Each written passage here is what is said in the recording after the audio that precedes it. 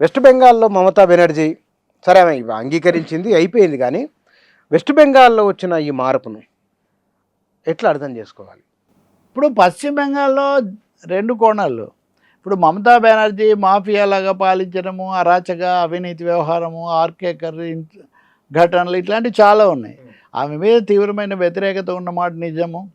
ఆమెను అంతకుముందు 34 ఏళ్ళ నుంచి పాలిస్తున్న సిపిఎం లెఫ్ట్ ఫ్రంట్కి వ్యతిరేకంగా కొంతకాలం కాంగ్రెస్, కొంతకాలం బీజేపీ మోసి ఆమె నిలబెట్టిన మాట నిజం. ఇంకా ఏకై వచ్చి మేకైనట్టుగా ఆమె వీళ్ళకి మించిపోయింది. ఆ తర్వాత ఇది వచ్చింది.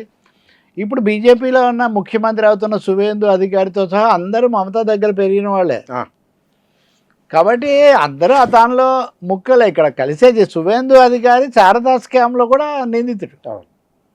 ఆయన పేరు మీడియా వాషింగ్ పౌడర్ నిర్మా వ్యవహారం తప్ప ఇక్కడ ఇంకోటి ఏం లేదు. వాషింగ్ పౌడర్ నిర్మాలాగా అవన్నీ అయిపోయినాయి. నందిగ్రామ్లో వచ్చన్న నందిగ్రామ్లో ₹1,00,000 కారు కోసం భూమి ఇస్తే దాని మీద రాద్ధాంతం చేశారు. మా దగ్గరికి లక్షల కోట్ల పెట్టుబడులు వస్తున్నాయి, మా దగ్గరికి వస్తున్నాయి, మేము రూపాయికి భూమి ఇస్తాము, మేము ఊరికినే ఇస్తాము అని వీళ్ళందరూ ప్రకటిస్తేనేమో గొప్పలా. ఒక వామపక్ష ప్రభుత్వం అప్పటివరకు కార్మికుల తరఫున నిలబడుతుంది, యజమానులకు వ్యతిరేకం అన్న ప్రభుత్వం ఒక ఫ్యాక్టరీ పెట్టడం కోసం నిర్దిష్టమైన అవగాహనతో పెడితే ఇప్పుడు చిత్రం చాలా స్పష్టంగా కనిపిస్తుంది ఎలా జరిగింది, ఈ మొత్తం స్క్రిప్ట్ ఎలా వర్కౌట్ అయిందని. నేను ఇదంతా ఎందుకు చెప్తున్నానంటే ఆ నందిగ్రామ్లో పుట్టినవాడు సువేందు అధికారి. ఆ నందిగ్రామ్ ఉద్యమంలో మమతా బెనర్జీ కుడిభుజంగా నిలబడి ఆ నిరసనలు ఆర్గనైజ్ చేసి ఇవన్నీ చేసినవాడు. తర్వాత మళ్ళీ జంగల్ మహల్ అనే చోట సిపిఎం ఆఫీసు తగలబెట్టడం ఇట్లాంటప్పుడు కూడా సువేందు అధికారి ముందున్నాడు. అప్పుడు మీకు తెలుసు కదా, మావోయిస్టులు కిషన్జీ వాళ్ళు కూడా బలపరిచారు. అటు మావోయిస్టులను వాళ్ళు తర్వాత ఎన్కౌంటర్ల పేరుతో చివరిదాకా ఆపరేషన్ కగారు చేశారు. ఇటువైపుని చూస్తే అప్పుడు కలిసిన మమతా బెనర్జీని కూడా ఇప్పుడు తర్వాత నెమ్మదిగా ఆమె స్థానంలో వాళ్ళే అధికారంలోకి వస్తున్నారు. సో ఇదంతా ఓ పెద్ద డిజైన్, గ్రాండ్ డిజైన్, ఒక దీని ప్రకారం జరిగింది తప్ప తమిళనాడులో కానీ బెంగాల్లో కానీ జరిగిన పోలింగ్ అది పూర్తిగా సహజమైందని మనం చెప్పలేం. తమిళనాడులో 70 లక్షలు 80 లక్షల ఓట్లు తొలగించారు. బెంగాల్లో 1,20,00,000 తొలగించారు. 91 లక్షలు అన్నారు. 91 లక్షలు తొలగించారు. 27 లక్షలు టు బి అడ్జుడికేటెడ్, అస్పష్టంగా ఉన్నవి అని పెట్టారు. దాదాపు 1,50,00,000. అసలు నార్మల్గా ఇప్పుడు అస్సాంలో సర్ చేయలేదు, కానీ ఎస్ఆర్ చేశారు. ఎస్ఆర్ కింద అంతకంటే ముందే తొలగించారు అక్కడ. కాబట్టి ఇవి కూడా బెంగాల్ ఎన్నికల ఫలితాన్ని కొంచెం అనుమానాస్పదం చేసి, అంటే మమతా మీద వ్యతిరేకత లేదనే ప్రశ్నే లేదు, ఖచ్చితంగా వ్యతిరేకత ఉంది, అందరూ వ్యతిరేకంగానే మాట్లాడారు. కానీ బీజేపీ గెలిచిన 200+ సీట్లలో 200 పైన సీట్లలో 105 సీట్లు సర్ జరిగిన సీట్లు.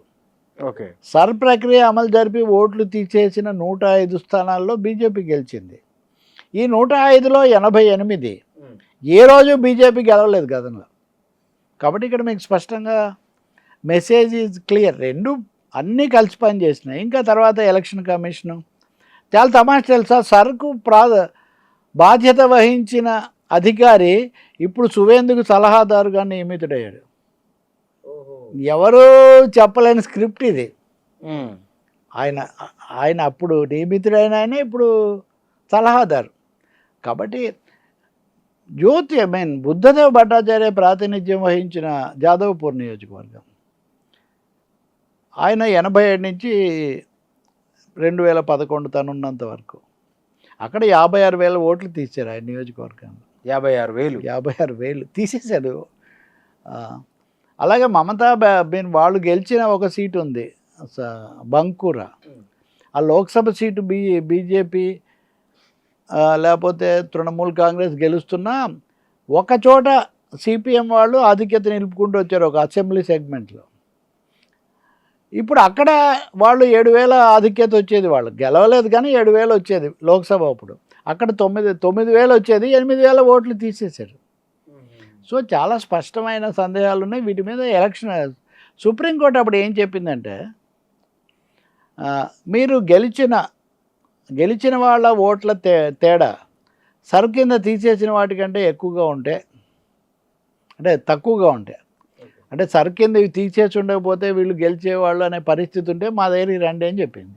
ఇప్పుడు 105 చోట్ల ఈ రెండు కలిసి వస్తున్నాయి. అవునవును. కాబట్టి దీన్ని కోర్టుకు పోయిన ఎవరన్నా దీనిపైన ఏం జరుగుతుందో తెలియదు. ఇప్పుడు మమత తన నాటకీయత ఆమెకి అలవాటు, హడావుడి, కాబట్టి ఆమె ఏదో 2 రోజులు నేను రాజీనామా చేయనది నా డ్రామా ఆడారు, తగ్గిపోయారు. ఇప్పుడు ఆమెను సవాల్ చేస్తున్నారు వాళ్ళు. అందువల్ల ప్రజల వ్యతిరేకత ఉంది, సర్ద్వార తొలగింపు తతంగం ఉంది. గత 2 ఎన్నికల్లో కలిసి పోటీ చేసిన సిపిఎం, కాంగ్రెస్ ఈసారి కలిసి చేయలేదు. కాంగ్రెస్ కలిసి రాలేదు అక్కడ, కానీ ఇద్దరికి అప్పుడు వచ్చిన ఓట్లు వచ్చాయి. 28 లక్షల ఓట్లు సిపిఎంకి అప్పుడు వస్తే ఇప్పుడు కూడా వచ్చాయి, 1-2 సీట్లు కూడా వచ్చాయి. కాబట్టి ఒక విధంగా కొంత మళ్ళీ పునరుద్ధరణ, మళ్ళీ సార్ ఒక ప్రశ్న ఉన్నదంటే, కమ్యూనిస్టు పార్టీలు ఉదాహరణకు నితిన్ నబీన్ 45-50 ఏళ్ళ వయసున్న అతను అధికారంలో ఉన్న పార్టీ జాతీయ పార్టీకి అధ్యక్షుడు కాగలిగాడు. సరే, ఆయన సామాజిక వర్గం ఏదో నాకు తెలియదు. కమ్యూనిస్టు పార్టీ 70 ఏళ్ళు 80 ఏళ్ళు ఉన్నవారిని ఎందుకు ముఖ్యమంత్రులుగా పెట్టడం? ఎందుకు 40 ఏళ్ళు 45 ఏళ్ళు తయారు చేయొచ్చు కదా, వాళ్ళకి కొత్త వారికి అవకాశం ఇవ్వచ్చు కదా. ఈ మధ్య ఎక్కడ ఒక వీడియోలో విన్నా నేను, ఎవరు మాట్లాడిందో అది, ఒక మీటింగ్ పెట్టుకుంటే కనుక మొత్తం 50 ఏళ్ళ పైబడిన వాళ్ళే ఉంటారు. అంటే కొత్త తరాన్ని ఎంకరేజ్ చేసి వివిధ రకాల పోస్టులు ఇస్తే నష్టం ఏమిటట?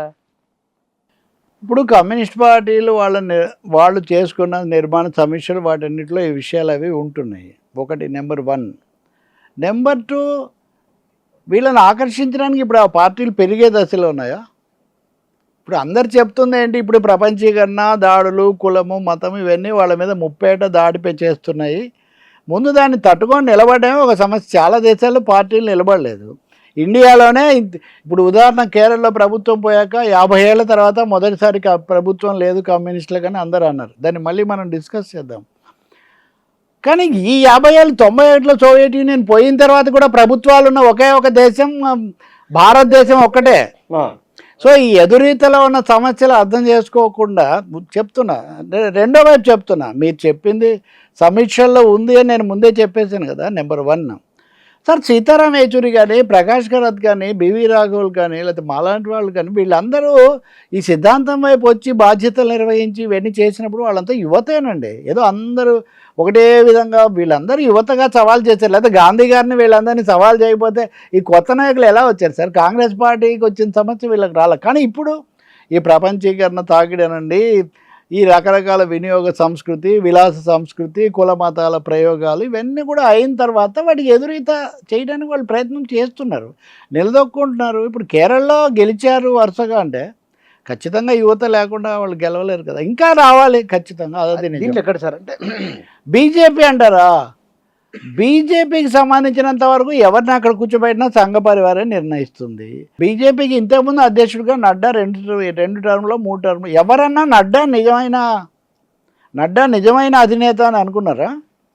నేనేం తక్కువ చేయట్లే వాళ్ళని. అదే లేదు, ఖచ్చితంగా అమిత్ షా, మోదీలే నడిపిస్తున్నారని అందరికీ తెలుసు. కాబట్టి కమ్యూనిస్ట్ పార్టీల పని విధానం, దానికి పనికొచ్చే మనుషులు దొరకటం అది తప్ప.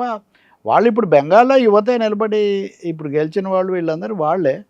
అలా జేఎన్టీయూలో జేఎన్యూలో తగాదా వచ్చిందని ఇవన్నీ విద్యార్థులే కదా అక్కడ పోటీ. చాలదు, ఇంకా కావాలి, ఇంకా వాళ్ళని ఆకట్టుకోవాలి. అంటే కమ్యూనిస్టులు అంటున్నది కూడా ఎందుకంటే వాళ్ళ మీద కోపంతో కాదు, కోపం కూడా లేదు. కానీ ఇప్పుడు నిజమండి, కోపం కానండి, ప్రేమ అనండి, దాన్ని అడగకుండా వదిలేయండి. వాస్తవం రావాలి. అదే మీరు అంటుంది. అంటే ఇందాక మీరు కొంతమంది విమర్శలు చేశారంటారు. విమర్శలు ఎలా చేశారు నాకు తెలీదు. ప్రేమగా చేశారా? వాళ్ళు ప్రేమగా అయినా ఎందుకు చేసిన విమర్శ నిజమే స్వీకరించవలసిందే. అంటే వాళ్ళు సమీక్షలోనే రాసుకున్నారు కదా సార్. అంటే ఒకటే, అక్కడున్న సాధక బాధకాలు కూడా తెలుసుకొని విమర్శ చేయడం అది వేరే విషయం. అదే కావాలని చేయలేకపోతున్నట్టు, కావాలని చేయరా అని అది అక్కడ పొరపాటు. ఉద్దేశం ఏదో తెలియదు. ఉద్దేశం ఏముంటుందంటే మనుషులు లేరు కదా, ఉంటే కూర్చోబెట్టడానికి ఏముంది అని నేను చెప్తుంది. ఇప్పుడు యువత ఉన్న ఒక ముసలాన్ని పెడితే ఉదాహరణకు, ఇంకోటి ఉన్నాయి. ఇప్పుడు ముసలాళ్ళు అయిన వాళ్ళందరూ ఒకప్పుడు కుర్రాళ్ళుగా ఉన్నప్పుడు వచ్చిన వాళ్ళే కదా, ఎవరు కొత్తగా రాలేదు కదా.